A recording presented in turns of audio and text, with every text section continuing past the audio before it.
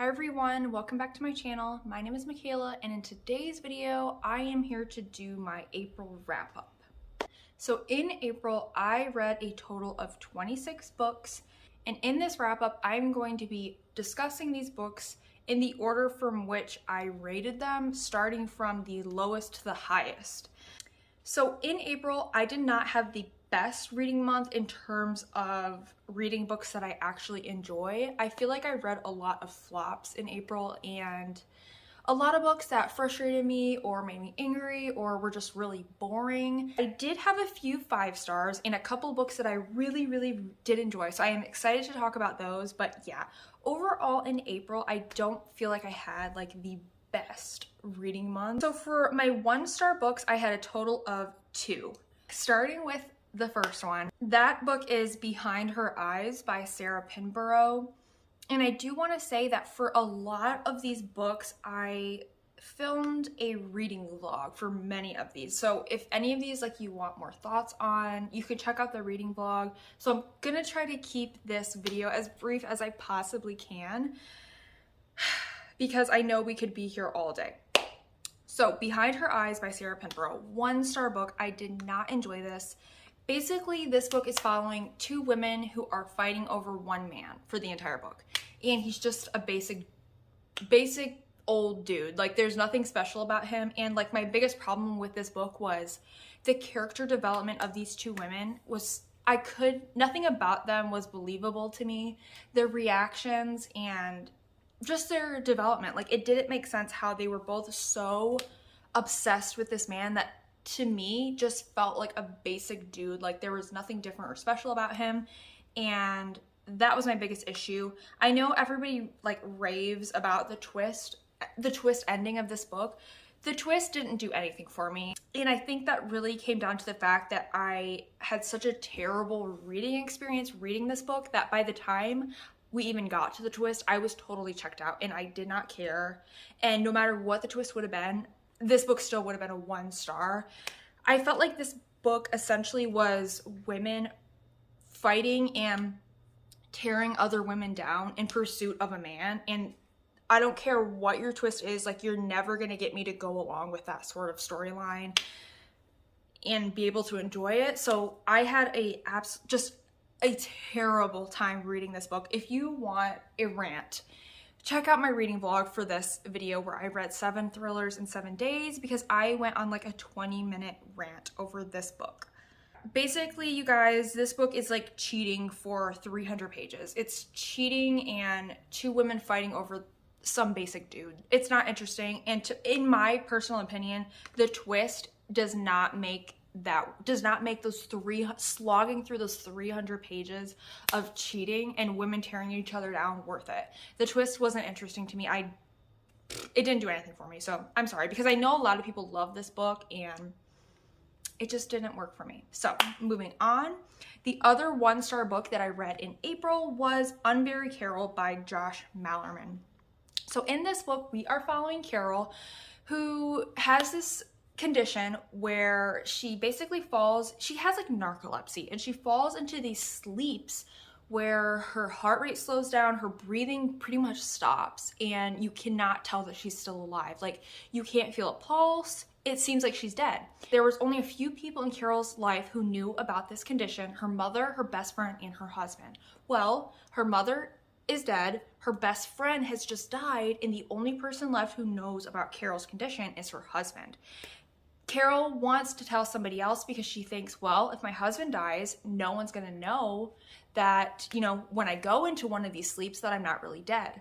So when the next time this happens to Carol, she didn't tell anyone else. She tried to tell another person, but she like immediately goes into one of these sleeps, and her husband decides to use her condition against her and try to pronounce her dead. So the book is basically her husband, you know, trying to bury Carol before she wakes up. My biggest issue with this book was the fact that I went into it expecting Carol to be buried alive, and I was excited for that aspect and to feel like claustrophobic and, you know, scared because she's buried alive and get her perspective.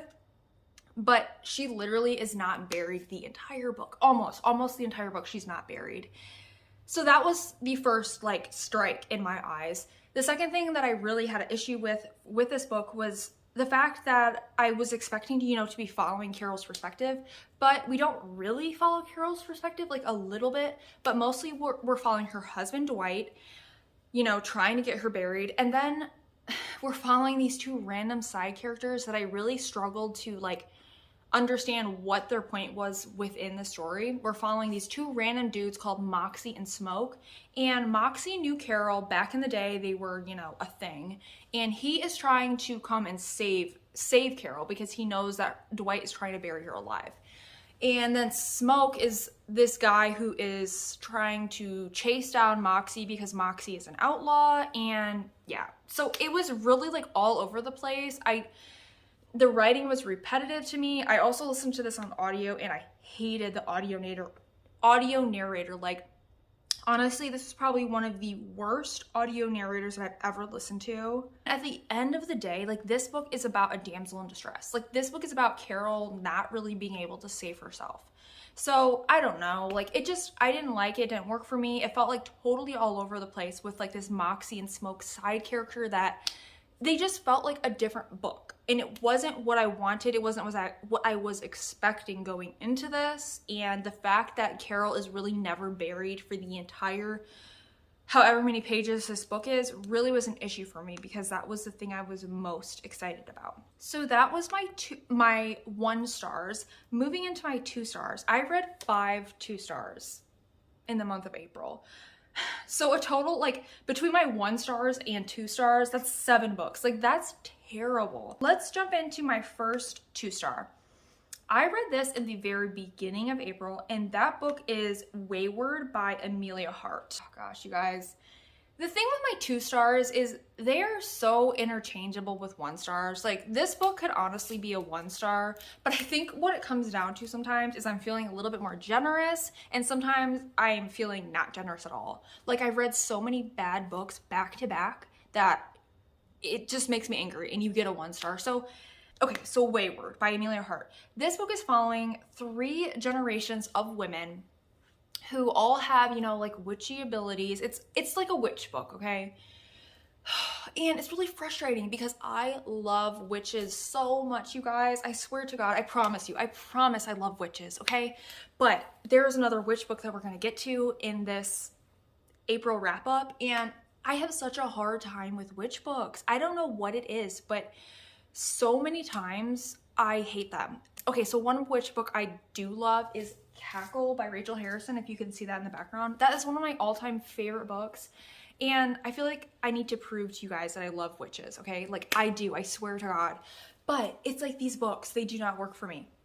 So Wayward by Amelia Hart, we're following 3 generations of witchy women, and basically in every storyline of these women, there is like oppressive, abusive men, and that's the thing. Like, I'm so tired. I'm so tired of reading about abusive men. The male characters in this book are so incredibly misogynistic that they read like caricatures. They read like the villain like twirling his mustache, like, especially so in one of the women's storylines, Kate, she is like the modern day perspective. So Kate is like the modern day perspective. We have Violet, who's like in the 1800s, and then there's one more character, Alva, I think her name is, and she is set in like the 1500s, and basically she's like being tried as a witch. So in the present day perspective, Kate, she is in a very abusive marriage, and her husband, oh God, he just mercilessly abuses her. There's a lot of trigger warnings for sexual assault in this book. And just basically Kate's husband read like a caricature to me. Like, nothing about his character felt real. Like, he was so over the top abusive. Like, I don't know, there was no other aspect or dynamic to his character than like abusing this woman. Okay, I did write in my review that I wrote that I feel like this book is trying to convince me that men are terrible. And my immediate thought was, tell me something I don't know. Like, why did I need to read? I just didn't get the entire point of this book. I didn't get any empowerment from these women, and I really, really feel like this witchy storyline that we keep getting time and time again is tired, okay? This book, I compared it to The Once and Future Witches by Alex E. Harrow, which I also hated. I think I gave that book a 1 star as well. It's like these witchy stories are supposed to be empowering, but I don't get empowerment from it. I feel like I'm past them, you know? I do want to say, like, maybe why I did give this a 2 star instead of 1 is there is a quote that I really enjoyed in this book, so let me read it to you. It says, "We never called ourselves witches. That was a word invented by men, a word that brings power to those who speak it, not those it describes, a word that builds pyres. A word that turns breathing women into corpses." So I really did enjoy that quote, but overall, I would pass, you guys. I would pass. Like, unless you want to read about women just being abused for like 300 plus pages, I don't know, you guys. Like, ugh. You're supposed to get empowerment, right, at the end of the day, because you're supposed to see them like overcoming their situation, and I didn't get that. So all it did was make me angry, it made me sad. Those stories always make me frustrated because, you guys, it could never be me. It could not be me. Like, Kate, the modern day perspective in this abusive marriage, I try to put myself in these characters' shoes when they're in these abusive relationships. But, ooh, it's like, I can't. Okay, let's move on. The next book I want to talk about is 𝚲𝙃𝚃𝙷 by 𝚆𝙃𝚃𝚃𝙷.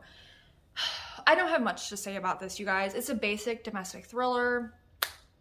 We are following 2 wives and 2 husbands, and these couples are intermingling. There's cheating going on. There's somebody wants the company. They want to run the company, and there's a murder. Who did the murder? Rich people problems, cheating.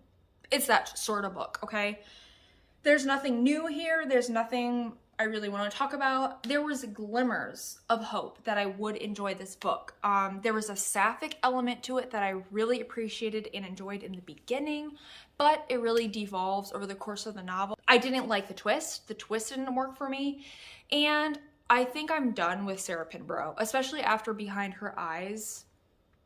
I don't think this author is for me. I don't think she could bring anything to the table that I'm gonna enjoy. Reading Insomnia by 𝚆𝙃𝚃𝚃𝚃𝙷, I did feel like that book was a little bit different than these two, 𝚲𝙃𝚃𝚃𝚃𝚃 and Behind Her Eyes. And I liked Insomnia, but it's just not worth it to me to read her books because I've never rated one of her books over 3 stars. So I feel like I'm done with her. She's just not for me. Okay, moving on. The next 2-star book I have to talk about is The Last Houseguest by Megan Miranda. Gosh, I have so many bad books to talk about. It's like, I hope you guys don't mind like a bit of negativity because I hate to just like trash on books, you know, like, especially if you guys like some of these or if you guys like these authors, like I hate to just be negative about them for like an hour straight, but this is another one. This is another one that did not work for me. So The Last Houseguest by Megan Miranda is a typical thriller trope where we are following a girl in a small town and her best friend dies. It's ruled a suicide, but her best friend does not believe that she committed suicide, so she's trying to investigate, and basically this girl figures out what the police can't. Somehow she figures it out. Honestly, you guys, this was probably the most forgettable thriller I have ever read in my entire life. Honestly, like, I did not find anything different, stand out, original. There's not one single little glimmer of anything different about this book. I've read a lot of Megan Miranda books lately. I've read a total of 4 Megan Miranda books. 3 I'm going to talk about in this video, and I just read her newest book, The Only Survivors, whatever it's called, and not one of Megan Miranda's books have really impressed me. I don't know, nothing about them is different and nothing about them is new or interesting. I just felt like this book, I had read it before. So yeah, I would not recommend The Last Houseguest by Megan Miranda. The next book I have to talk about is Venko by 𝚲𝙃𝚃𝚃𝚃𝚃𝚃𝚃𝚃𝚃𝚃𝚃. I hope I'm saying her name correctly. So this is the other witch book that I said I had to talk about in this video. I found this book massively underwhelming. It didn't do anything for me. There was nothing new here. And I keep saying that. I know I keep saying that. Like, oh, it's been done before. There's nothing new. That's how I felt about this book. Okay, I hope I can give you guys a synopsis because I read this one really early in April and I did not read this one for a vlog. So I hope I can remember enough. Okay, so we're following one girl, Lucky, and she basically is like recruited by this coven of witches because they need like their 7th witch or something to form their coven. And Lucky ends up being like their 7th witch. And then of course there's some dude, some super sexist, misogynistic dude who's like chasing them down, trying to kill them and end their coven. Like I said, underwhelming. This was a really close DNF for me. I was so bored the entire book, but I kept pushing through. The chapters where we get the perspective from the male character, his name is Jay. I could not care less. I didn't want to read about him. Also, there was a lot of characters in this book, and I really did not understand why we needed to go into the backstory of them all. Because there's a point where we are going into the backstory of each and every one of these coven members, and it was really tedious, and I just did not care. Also, there's this whole aspect of this book where they all have spoons. Like the way that Lucky figures out, or somehow the way that like Lucky gets initiated into this coven is she finds a spoon in her apartment building. Like down in the basement in this like tunnel, she finds a spoon and they all have spoons. And I found that really weird. I was just like, why spoons? Okay, so I did really like the epilogue chapter and I really loved the last line of this book. So that's why I got a 2 and not a 1 star. I wish that like fiery energy could have carried through the rest of the book because you guys, this book was so boring to me. The only notes I took while reading this book was basically me complaining how bored I was. And like I said, I almost DNF'd this book. So I didn't like it. Okay, the next book I have to talk about is Pinata by 𝚆𝙃𝚃𝚃𝚃. So this was another 2-star for me. This is a new release and I was really excited for this book, but once again, I had major issues with it. So basically in Pinata, we're following a mother and her 2 daughters. So the mom is an architect and she gets this job assignment to go to Mexico and she brings her 2 daughters with her and she's like restoring this old church. While in Mexico, they discover this entity that latches onto her family and circumstances arise and they have to return to their hometown in New York. They leave Mexico, go back home, and now that they're home, one of the daughters is acting very strangely. One aspect about this book that I did enjoy was hearing the history of piñatas and the meaning of them in the culture that this book is based around. So I believe in the book the culture that we're following is called Nahua, and they do say that that is an Aztec culture. So they go into the meaning of piñatas, which I thought was really cool, and it's definitely like a very scary element of the book is these piñatas. So there was elements of this book I enjoyed. I originally had this at a 3-star, but after talking about, you know, some of my thoughts on it, I decided to lower it. And that is because of, well, some of the gripes I had with this book was, for one, the dialogue. I felt like the dialogue was very cheesy. I often had a very difficult time believing that the characters would say what they were saying. Like, it didn't feel real. I also really did not like the mother Carmen's perspective, and we are following her for like, you know, about half the book. We're following the mom's perspective. She really frustrated me because she was extremely stubborn at times when I feel like there was no reason to be. I also thought she was too overprotective of her daughters at times when it felt like her reaction and what she was doing was making the situation worse. So she really frustrated me. Also, the ending was the biggest issue that I had with this book.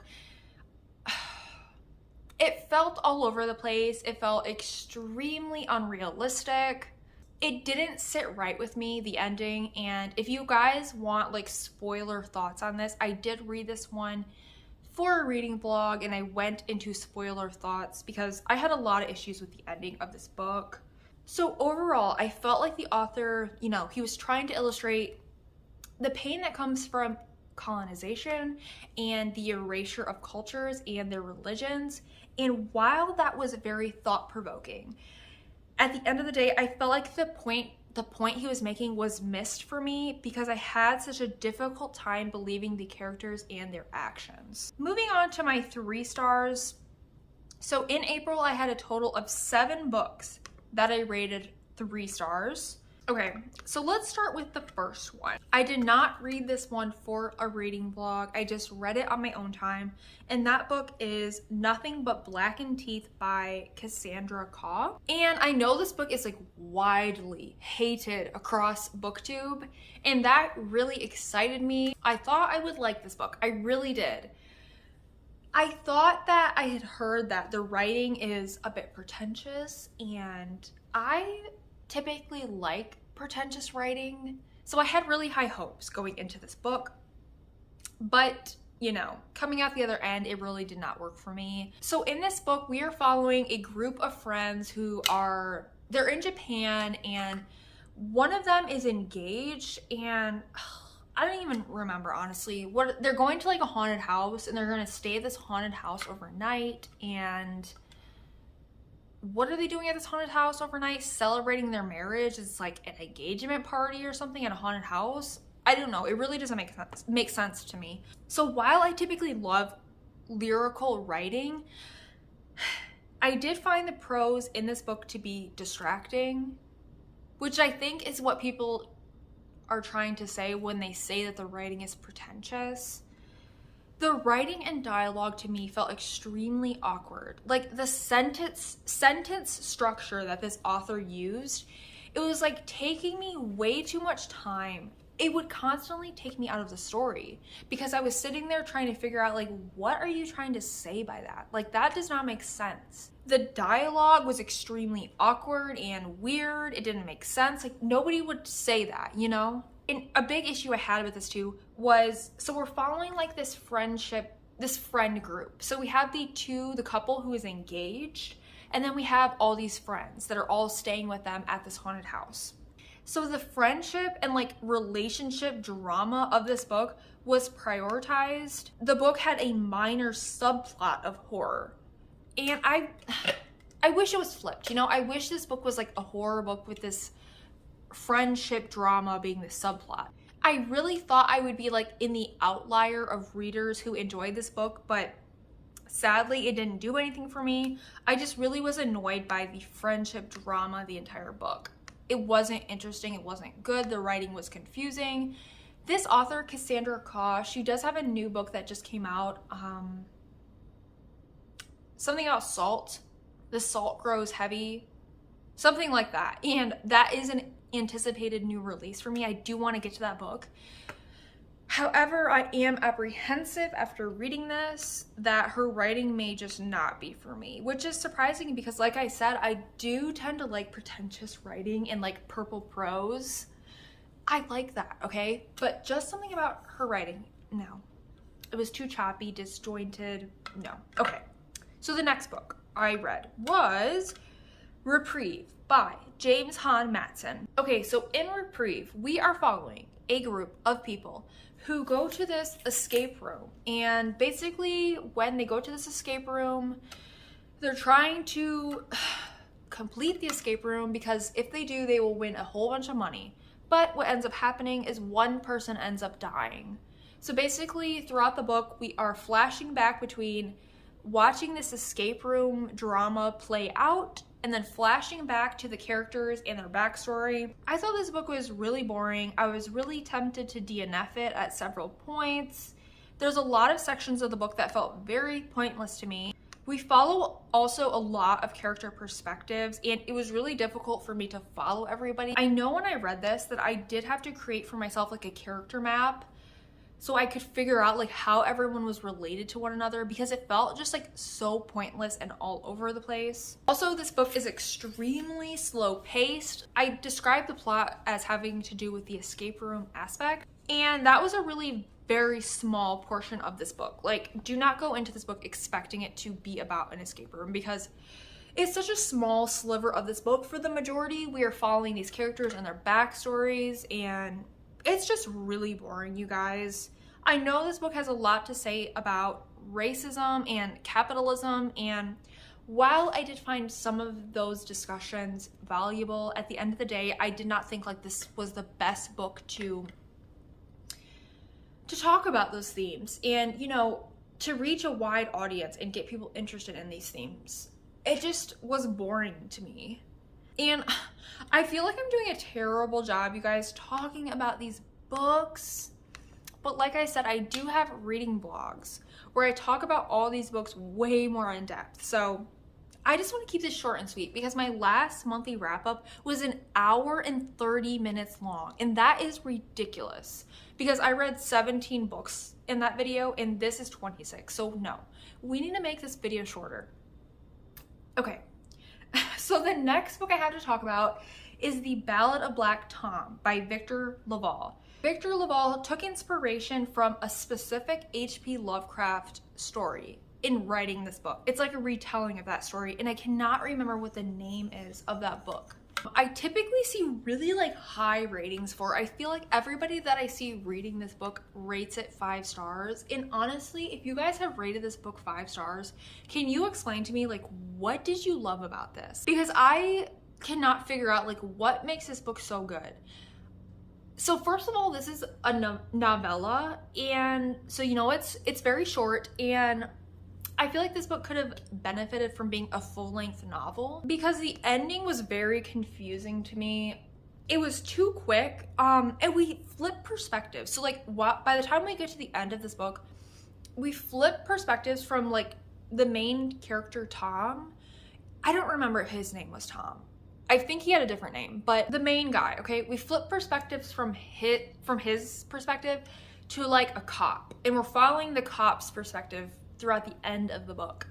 And watching the ending play out through this guy's eyes made absolutely no sense to me. Like, it was convoluted, it was weird, there wasn't enough details. This is a cosmic horror, and I feel like, you know, cosmic horror is like that branch of horror that is very weird and convoluted and strange and hard to understand. So, you know, if you like that, you might really enjoy this, but I don't know, like this did not do it for me. Yeah, okay, so this was the thing too. So there's like something that happens to one of the characters, and it was so abrupt and I didn't understand it.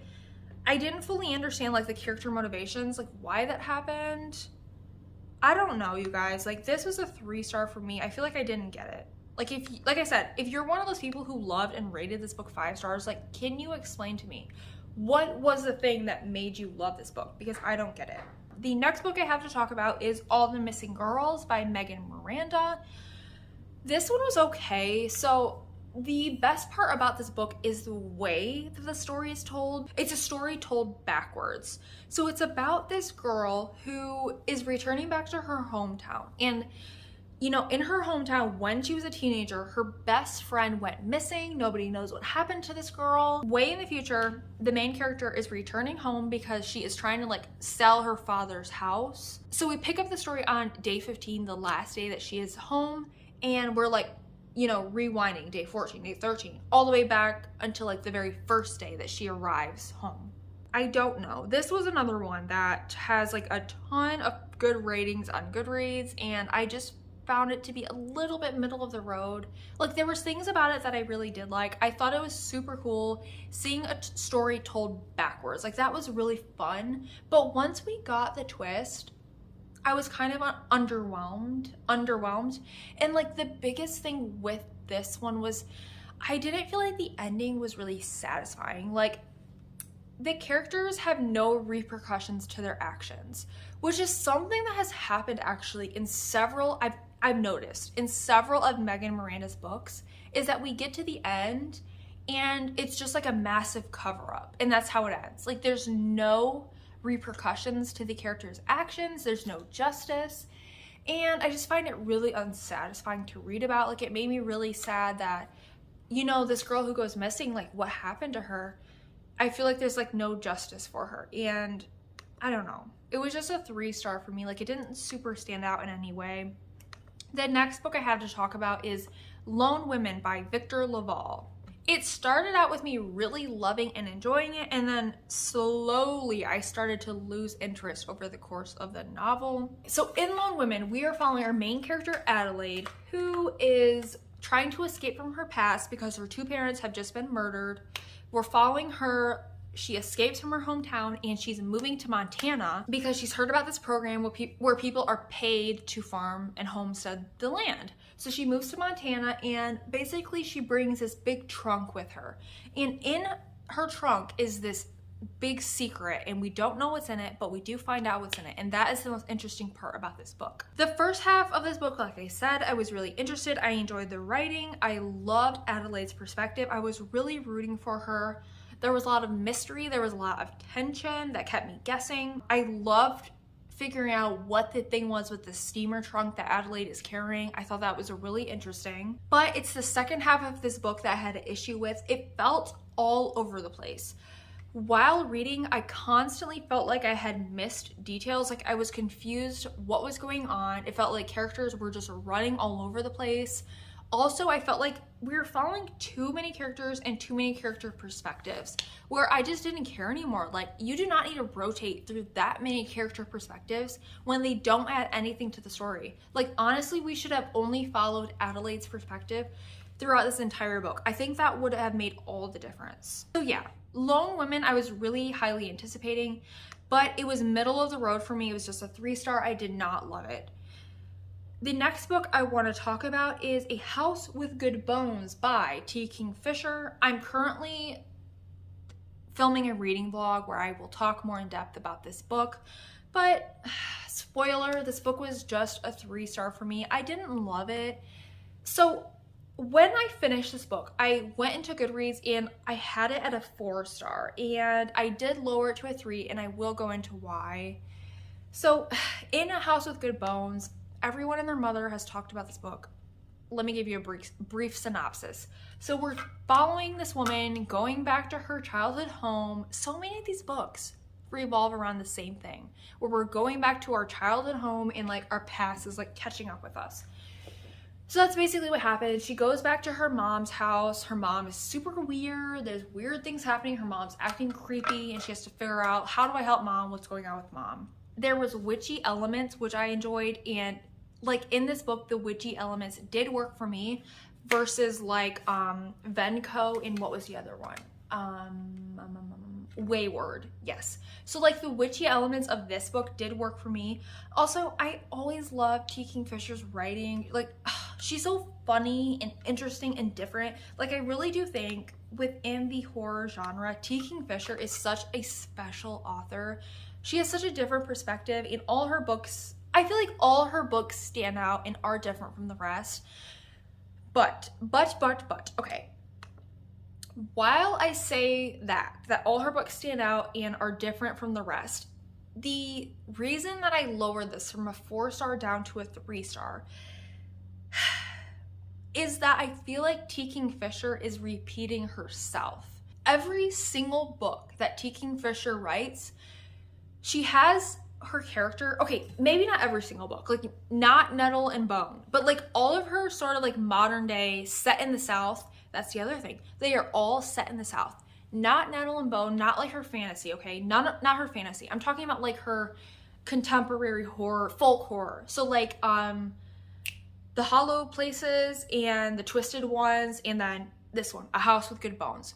For one, they're all set in the South. For two, they all have our main character going to like a coffee shop and like having a cool quirky barista. Like that was a big thing I noticed between, I read The Hollow Places and The Twisted Ones last year, and I read them like back to back. And if you guys have read those books, like, do you recall there's literally, both of these characters have like a barista that they go hang out with, and it's like the voice of reason in the novel, and they're like a quirky character, and it's just so weird because she's like repeating herself. The reason I lowered it is that I feel like this book is so similar to her other 2 books. like, there's elements that are different, but at the same time, they're not different enough. And while I said, like, I feel like 𝚲𝙀𝙃 Fisher is a really special author and her books are special and stand out within the horror genre, I do feel like she's, like, duping herself, you know? I don't know. I would love to see her tell a story that is not about a character returning home. So that's the other thing. In The Twisted Ones, same exact plot. We have our character returning to, like, her grandmother's house, I think, in that book. And it's like this, you know, she's returning to her hometown, and then the hollow places, she's going to, like, her uncle's house. So it's these characters going home and, you know, all these weird things are happening and they all have, like, cosmic horror elements. So that's the thing, is while I feel like 𝚲𝙃𝙃 Fisher is a really creative author, I would like to see her tell a different sort of story. And I'm not counting, like, her fantasy stories. Like I said, Nettle and Bone is different. I haven't read all her fantasy backlist. Like, I have not read, she has more fantasy books. She has, like, a series, and I can't remember the titles, you guys, I'm sorry. I'm talking about too many books right now. If you give me a minute, I could remember, but I cannot. The ending of A House with Good Bones was very confusing and convoluted. That's the cosmic horror aspect coming into play. So if you guys like cosmic horror, I mean, I keep saying that. Even if you like cosmic horror, like, the ending is confusing, it's convoluted, it's weird. Also, if you listen to this on audio, the audio narrator is, like, meowing. She's, like, meowing, like, meow, meow. Like, she does that. And it is so weird, okay? It's so weird and awkward. Oh my God. I hate to rate a book lower because of the audio narrator. Like, that's not the reason. That's not why it's a 3-star. I'm just warning you guys. Like, it's weird, okay? Okay, I've talked about that enough. Let's move on. So, The Girl from Widow Hills, that is another one I read by Megan Miranda. It's like all the other Megan Miranda books I just talked about, okay? So basically, this girl, oh my God, it's really hard to talk about 26 books. It's really hard to talk about 26 books and to give you guys, like, a synopsis and my thoughts and remain coherent and not lose my breath. All right, The Girl from Widow Hills. In this book, we are following a girl who, when she was a kid, she had this big catastrophe happen to her, and she was out sleepwalking one night and she gets swept away in these flash floods, and she gets carried away under the street in these, like, storm drains, and she survives for 3 days. She's missing, and then they find her in the storm drains. Later in the book, we pick up in the future. She's a grown woman now and living her life. She's tried to, like, escape her past and leave her past behind her. And now that she's an adult, she's starting to sleepwalk again. And one day she sleepwalks out onto her lawn, and there's a dead body out on her lawn when she wakes up. And police get involved, blah, blah, blah. So, you know, this book was a 3-star. It was okay. Honestly, it was really slow. And that's the thing with Megan Miranda's books, is I'm finding them all to be, like, really slow, mediocre. The twists aren't that twisty, blah sort of books. And I liked this one when I read it. This is the first Megan Miranda book I read of the batch. So it was the one I feel like I liked the most, but at the end of the day, there's way better books out there. I wouldn't strongly recommend it. It's just like a middle of the road for me. Okay, moving on to our 4-star books. So in total, I read 7 4-star books in the month of April. So hopefully we can start talking about the positive things I have to say. I promise you guys, I do like books, I promise. I just read a lot of bad books in April, unfortunately. So moving on to the books that I actually did enjoy and would recommend. The first one I have to talk about is Stone Cold Fox by Rachel Collar Croft. In Stone Cold Fox, we are following the main character, B, who is trying to marry this very, very wealthy man because she wants to be set up for the rest of her life, have a cushy life, and, you know, pretty much not end up like, she is trying to leave her past behind, you know? Like when she was a kid, she grew up very poor and with a very extremely toxic, manipulative mother who used B and used herself to, you know, take advantage of people. And basically B comes from like a horrible childhood and she's trying to escape her childhood. And she is like shooting for the stars, you know? Like she has her eye on the prize. She is trying to collect this man and collect his money and, you know, have a good, rich life, okay? So I enjoyed this book primarily because I really enjoyed following B's perspective. I thought that B was a super interesting main character. She's very morally gray. B, oh gosh.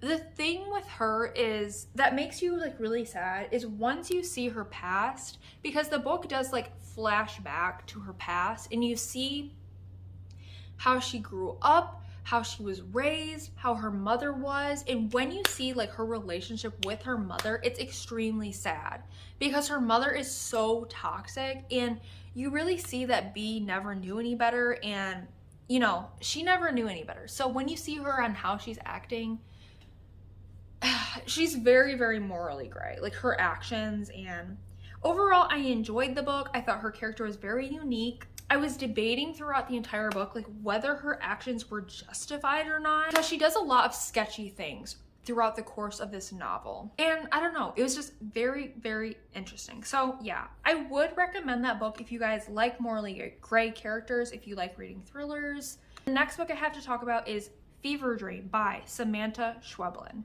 So Fever Dream is one of those very weird, very disorienting books that plops you right in the middle and you're trying to like figure out what the heck is going on. And I do really like this kind of books. If you guys like weird books, weirdly written books, you will enjoy this, okay? So we are following a woman who is on vacation with her young daughter. And while on vacation at this house, she meets the neighbor. And the neighbor woman is so weird and sketchy. This neighbor woman is telling the main character about her own son and how her son got really sick and like poisoned, and she took him to see this mystical woman, and this woman basically split her son's soul in two so he could stay alive. The woman who's on vacation with her young daughter is listening to this and she's getting all like creeped out because she's like, ooh, like, are you gonna do something to my daughter? Like, are you gonna try to kidnap my daughter? That's what it feels like. So this book was very tense. It's very suspenseful. If you want a quick suspenseful read, because this book is very short, you would enjoy this book. I would recommend it. It's weird though, it's confusing. There's a lot of commentary in here on motherhood. It's a creepy and interesting and weird book, and I did enjoy it. The next book I have to talk about is Outlawed by Anna North. So Outlawed is a dystopian Western, right? That is weird. Set in the 1890s. We're following a woman who is barren, cannot have children, and she's basically accused of witchcraft because in this like dystopian society, if you are barren and cannot have kids, then you're a witch pretty much, and you're ousted. And there's all this superstition around women who can't have kids, and people think, oh, they're gonna infect me and I won't be able to have kids. So those women are like banished from the village pretty much, or they're accused of witchcraft and hanged for witches. So basically our main character is barren, she can't have kids, so she has to leave her hometown and go become a nun. And she ends up on this journey where she's trying to figure out scientifically what makes women barren, because if she can figure that out, she thinks that she can prevent other women from being persecuted in the way that she was. So I enjoyed this book. I rated it 4 stars. I thought that there was a lot of really interesting commentary in this book about sexism, obviously, the value of women, and the way that society views women who do not have children. And one thing that I wish this book would have focused on a little bit more is women who actually do not want to have children, and not just women who cannot have children, because that was like the perspective that we were following the main character Ada. It was the fact that she was barren and that she could not have children. So if she could have had children, she would have kept up her lifestyle, she wouldn't have questioned her society. So I really wish that there was a little bit more focus on women who did not want to have children, and like give me more commentary on that. And like, I don't have to have kids and there's nothing wrong with me. And also there's a lot of commentary on religion in this book, because religion is a big like push in this book. Like basically everybody in this book is Christian. They all believe in God and Jesus. And if you are barren and cannot have kids, you're basically the Antichrist. You are the Antichrist of this book. And it really made me sick at times reading it, because it's that look at religion that's so like pushing down your throat, you know, and you're not allowed to believe anything else. And it's a really frustrating read, but I enjoy the commentary and it gave me a lot to think about. And especially, you know, right now where we're living in a day and age where Roe versus Wade in America has been overturned, it makes you think, you know, about a society in the future where women's value is based on them having kids and basically being able to give birth and not having any choice around giving birth. So it's extremely frustrating. It's a frustrating read. It's frustrating for me, but I enjoyed it. I gave it 4 stars. The next book I have to talk about is Blood Sugar by Sasha Rothschild. This book is one similar to Stone Cold Box by Rachel Croft that I just spoke about, where we're following like a very interesting main character. So in Blood Sugar, our main character Ruby is a serial killer. She has killed 3 people in her lifetime, and in present day she is being accused or like suspected of murdering her husband because her husband has just died. So the police are starting to put pieces together and they think, this woman might be responsible. The thing I loved about this book was Ruby's perspective. Also, you guys, I really enjoy reading about female serial killers. I like books like this that subvert the typical like power tropes and power dynamics that we see. There are so many books about men who are abusive. I mean, if you guys have made it this far in this video, you've heard me talk about a few where the whole book is based around men abusing women. So I like these books where I see women getting even, you know? It's not the typical dynamics that we typically see. These books feel very cathartic to me. They feel like a reclamation of female autonomy because Ruby is in control, and I love it, okay? It feels like I said, cathartic. It feels like therapy to me, reading about women who have control over their bodies. So I enjoyed Blood Sugar. I thought Ruby was a super interesting main character. If you guys like morally gray main characters, 100% read Blood Sugar because you will love it. The next book I want to talk about is Comfort Me with Apples by Catherine M. Valenti. So this is another one that is a very uncomfortable read. Our main protagonist is very difficult to read about because basically this book follows a woman who is extremely robotic. Her entire life is revolved around her husband. She lives for him, she eats for him, she breathes for him, she sleeps for him. She only cares about him. She has no identity. She has no personality. Her whole being is about this man. So this book was very suffocating. It was very stifling. In the book, though, eventually something clicks for her, okay? There is this moment, there is this twist. She finds this thing in her house, and it's like this switch that goes off in her. She starts questioning. She has like this moment, and it's the first moment in her life where she has this non-passive defiant thought, and basically her whole world starts to crumble. I liked the themes that we explored in this book, similar to like the last few books that I've just talked about. There's conversations around women's autonomy, like I keep saying, sexism, religion. I enjoyed those themes and those topics. I liked this book. It's one though that I felt like could have been longer. I felt like I needed more from, so that's why it wasn't a full 5 stars, you know? But overall, I liked the themes and I liked some of the commentary. The ending was interesting. Okay, so the next 4-star book that I have to talk about is Foster by Claire Keegan. I picked this book up because I seen it recommended on Ashling's channel, and I hope I'm saying her name correctly. I will leave her channel link down below, and I really highly recommend that you guys check out her channel. Her videos are so calming and soothing, and I just love her channel. So if you guys have not subscribed to her yet, check out her channel. So I seen her recommend this book, and it made me want to check it out because she gave it such high praise. So I wanted to see, you know, what the hype was about, and I really enjoyed it. I gave this book 4 stars. So in Foster, this is another one that is a very short, quick book.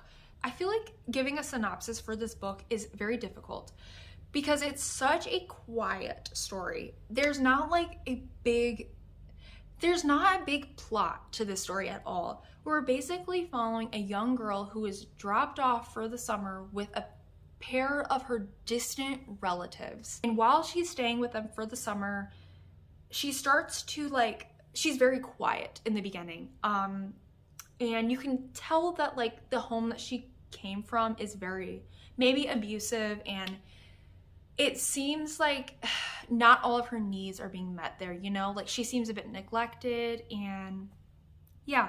So while she goes to stay with these relatives, they show her kindness and love, and you can see her over the course of the novel start to become more outgoing, and you can see her personality starting to bloom, and her really falling in love with these relatives that she's staying with, and them falling in love with her. So like I said, it's a very quiet work of fiction, but when I finished it, it left me with such strong feelings and emotions. It's a very powerful story despite it being so short. Something I said in my review of this book is the hardest part of this book is how much it leaves unsaid. The ending, oh gosh, when I got to the end of this book, I was a little bit confused because I just wanted more. I wanted to know, I needed 10 more pages. What happens to this girl? What happens to the relatives? You know, oh gosh, the ending is really sad, and I scoured YouTube and I scoured Goodreads for an explanation that made sense, because I honestly think that I was overcomplicating the story. And I think that at the end of the day, the story is about how much a small amount of kindness and decency can mean to a person, especially a child. Because it seems like the situation that she came from with her mother and father was, you know, she wasn't being shown these simple things like kindness and decency. Like I said, it's a very quiet book. It's a slow book, and it's like a slice of life sort of story. And it's very sweet. It's very sad. And it's very powerful too. I did enjoy that book. 4 stars. Okay, the next book I have to talk about is The Secret History by Donna Tartt. So this was a 4-star book, but I debated a 3-star because honestly, you guys, I found it very slow, found it very meandering. I mean, do we all know what The Secret History is about? Do I have to go into a synopsis? We're basically following a group of students studying Greek, and there's a murder, and yeah. I mean, I settled on a 4-star. I don't know why I'm huffing and puffing I have such horrible things to say. I mean, I have mixed feelings on this book. I liked aspects of it, but there's other aspects of it that I did not like. I think why I settled on a 4-star is because by the time I got to the ending, I was left with very strong emotions. I was very sad. I could see a lot of inspirations to other books while reading The Secret History. So for one book I can think of, The Cloisters by Katie Hayes, I could see inspiration to The Secret History in her book. Also, obviously, Bunny by Mona Awad. So many times while reading this book, I felt like nothing was happening, and that was my biggest issue with this book. There's also extremely long chapters. The chapters in this book are at least 50 pages long. There is no reason for your chapter to be 50 pages long. I often thought that the storytelling was very wordy and drawn out, with chapters that bordered on random. There were points in The Secret History where the plot picks up, but it always tapered back out again and became very slow and very droning. So I feel like this book is for character-driven readers. There is, you know, an aspect of this book that is about following a murder and like what leads to murder, but primarily we're just following like the dynamics of this group of students. So it's very character driven, but at the same time, I often felt like the characters in this book felt a bit flat to me, like wisps of people, you know, not like lush three-dimensional characters. What? Mama? And I thought maybe because like the character, we're following Richard, the character Richard's perspective, and he is very much on the outside of this group of students. So maybe that's why like they felt like why I had a hard time connecting with them, because he has a hard time connecting with them. He's very much like a background character in his own life. He's always on the periphery of their group, and I don't know though, like in a character driven story, I had a hard time with that, like not feeling like I could connect with the characters. It was also very annoying, like the one female character in the group, Camilla, she is constantly sexualized throughout the entire book. I honestly feel like she had no defining qualities other than being sexualized by the male characters in the group, and being the only main female character, that was extremely irritating to me. I also felt like Donna Tartt never truly confronts the elitist values of her characters in The Secret History, because that is definitely a theme in this book, is elitist values and aesthetics, and I don't know, I just never feel like there's really a resolution with that. Like the main character, Richard, so he's very poor and he spends the entire book lying about who he is and the fact that he is poor, and his teacher never finds out. And like somebody early on in the book, like a counselor, says, oh, if he knew you were poor, like he probably would not have let you in his group. The teacher never finds out he's poor. Like nobody has to confront that their privilege or anything like that. So I don't know, like it was okay. Like I honestly think I could, okay, I think this is why I gave it a 4 out of 3, is there is very good writing at portions in this book.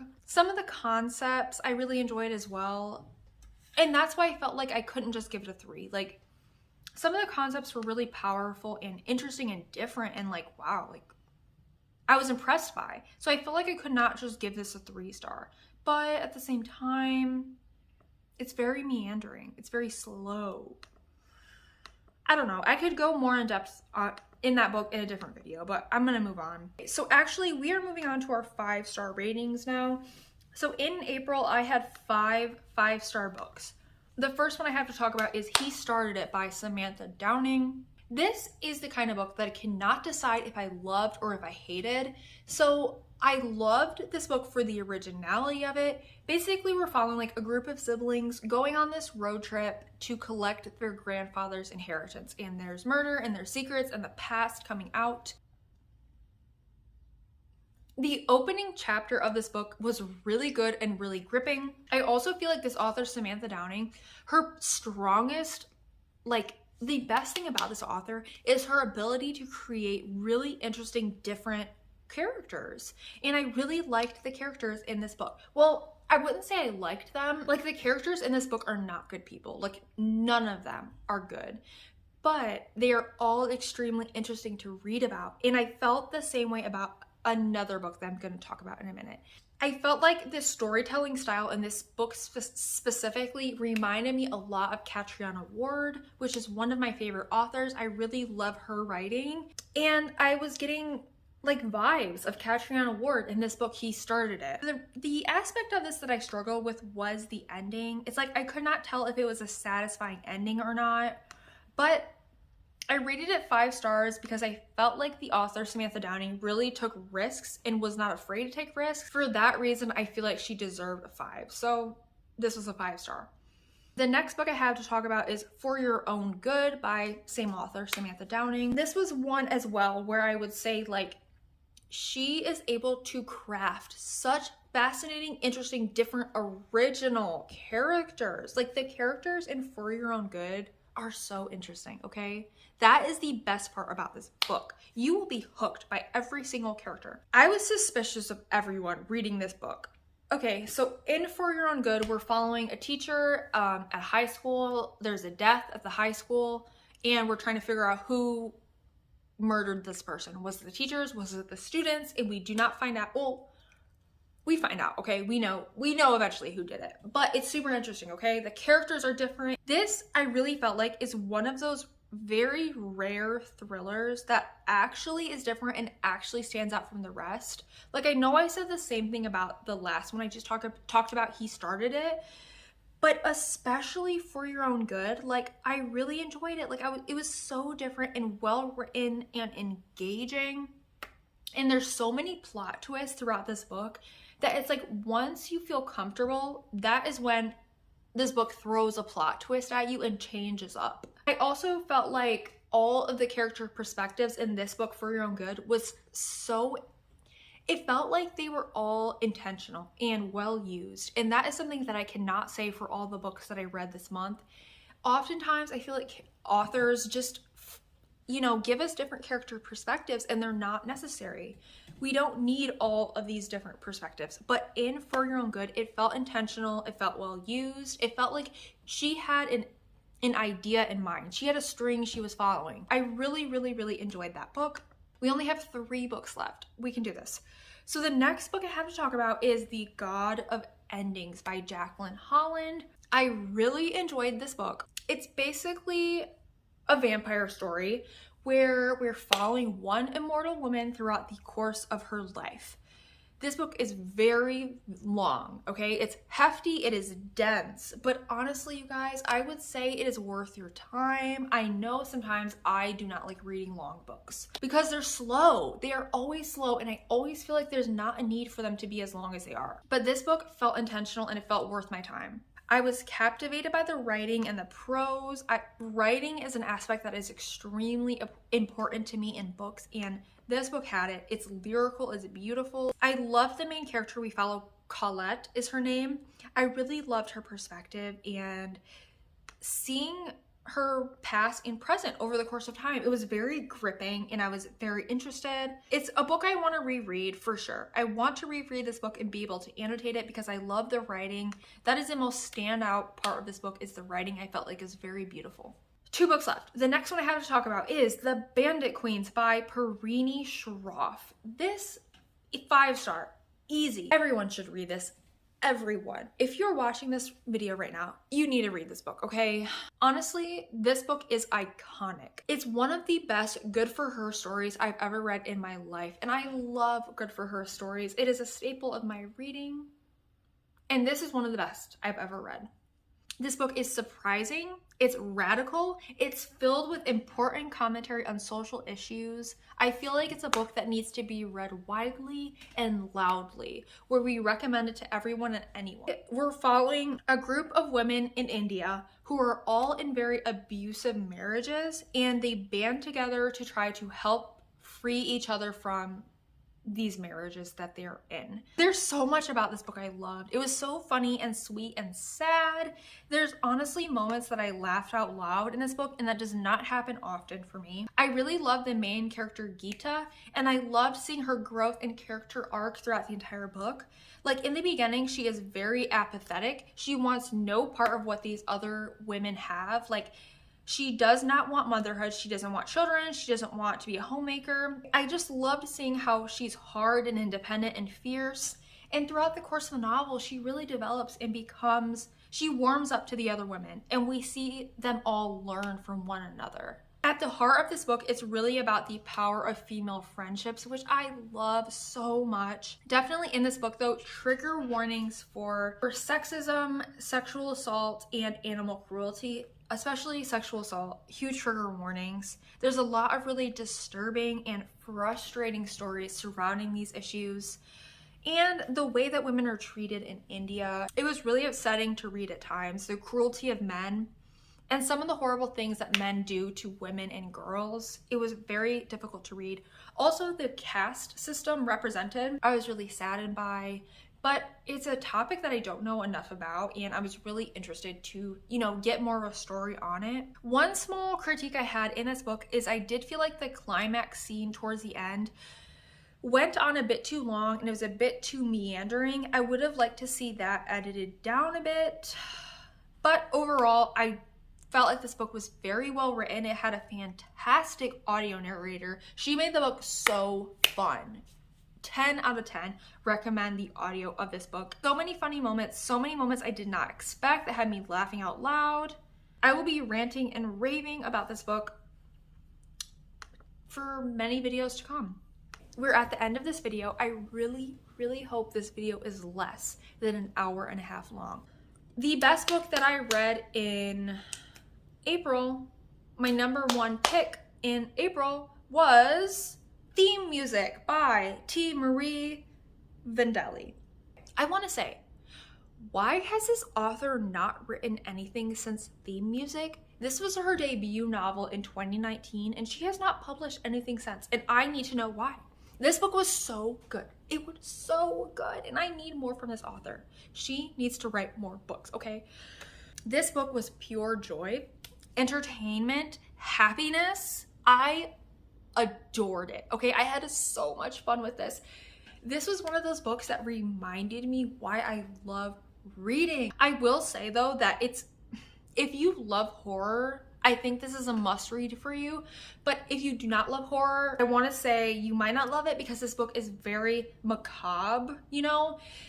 It's very disturbing at times, and for me to say like, oh, this was like pure entertainment and enjoyment for me, like, it's very weird for me to say that because it is disturbing at times, but I just loved it. I loved it. Okay, so it's called Theme Music, right? So there's a little bit of talk about music in this book, not a lot, just a little bit, but they talk about Fleetwood Mac in this book. First of all, I love Fleetwood Mac. Fleetwood Mac is one of my favorite bands of all time. Very sentimental for me. Ever since I was a young child, I've loved Fleetwood Mac. Landslide has always been my number one favorite song. And I've actually seen Stevie Nicks in concert, which was very cool, amazing experience. Okay, I'm sorry. I feel so bubbly and like gushing over this book because I enjoyed it so much. Okay. So after I finished this book, I thought about it like the rest of the weekend, and I listened to nothing but Fleetwood Mac after because they mention it in the book. The ending, you guys, the ending, oh my gosh. Okay, the last line, the last page, oh God. My eyes are watering because I'm like, so like excited and like happy about this book. In Theme Music, our main character is, this is the same synopsis of like 10 of these other books that I've talked about in this video. She is returning to the home that she lived in when she was a baby, okay? But okay, so here's the thing. When this character was a baby, her entire family was murdered in this home. And so her whole family dies. She's the only one that was not murdered. She was left alive. And so we're following her now when she's an adult, and she wants to reconnect and reclaim like her childhood, you know, and get a grasp on like what happened when she was a kid. Why? They believe that her father murdered her entire family, and she wants to know why. She wants to put the pieces of her past together. So when she sees one day that her childhood home goes up on the market for sale, she wants to buy that home, and she wants to move back in, and she wants to figure out like what happened here, you know? And so here's the thing too. This book has a very like true crime-esque plot line because we're following like a crime, you know, like a murder that happened. And you guys, in real life, I am not like a true crime person. I know tons of people out there, you love true crime. I hate true crime. I don't listen to podcasts. I don't watch nothing true crime, no. It sticks with me too much. And that's the thing, like I love horror, but I do not like true crime because as soon as it becomes like a true story, it sticks with me, it haunts me, it hurts me, and I can't, okay? But despite like really disliking true crime, this book, which like feels like a true crime-esque story, I don't know, it hooked me. I was fascinated. I love an unreliable narrator, and we do get that in this book. I loved the main character of this book. Her perspective from the beginning was so interesting. She makes these offhand, like subtle remarks that are such like red flags, and you're like, what is wrong with you? The whole book, I didn't know what was up from what was down, and honestly, I loved it. Like the fact that the main character was so unreliable and like weird and like constant red flags with her. Oh my gosh, yes. So one of the most impressive aspects about theme music that I loved so much was the way that the author was able to weave so much humor and wit into such a dark, gory story. Going into this book, I did not expect to burst out loud laughing at so many points. So the only two books I would say that I actually burst out loud laughing was the last two books I just talked about, Theme Music and The Bandit Queens. So I guess that's important for me. If you can make me laugh and like physically laugh out loud while reading, you are something special. The author seamlessly creates levity in her book in what would have otherwise been a very dense read. My one gripe with this book, similar to what I said about The Bandit Queens actually, is I did feel like the climax scene of this book ran a bit long, but it did not keep me from giving this book a 5-star. I loved too much about this book to not give it a 5. I was in awe when I finished this. The epilogue chapter, the last sentence, absolute perfection, okay? Perfection in a book. What more can I say? This book had everything for me. It was morbidly comical, okay? Like how did she do it? I was laughing at times that felt so inappropriate, but so that's what I'm saying. Morbidly comical at times, spooky, mysterious, beautifully written.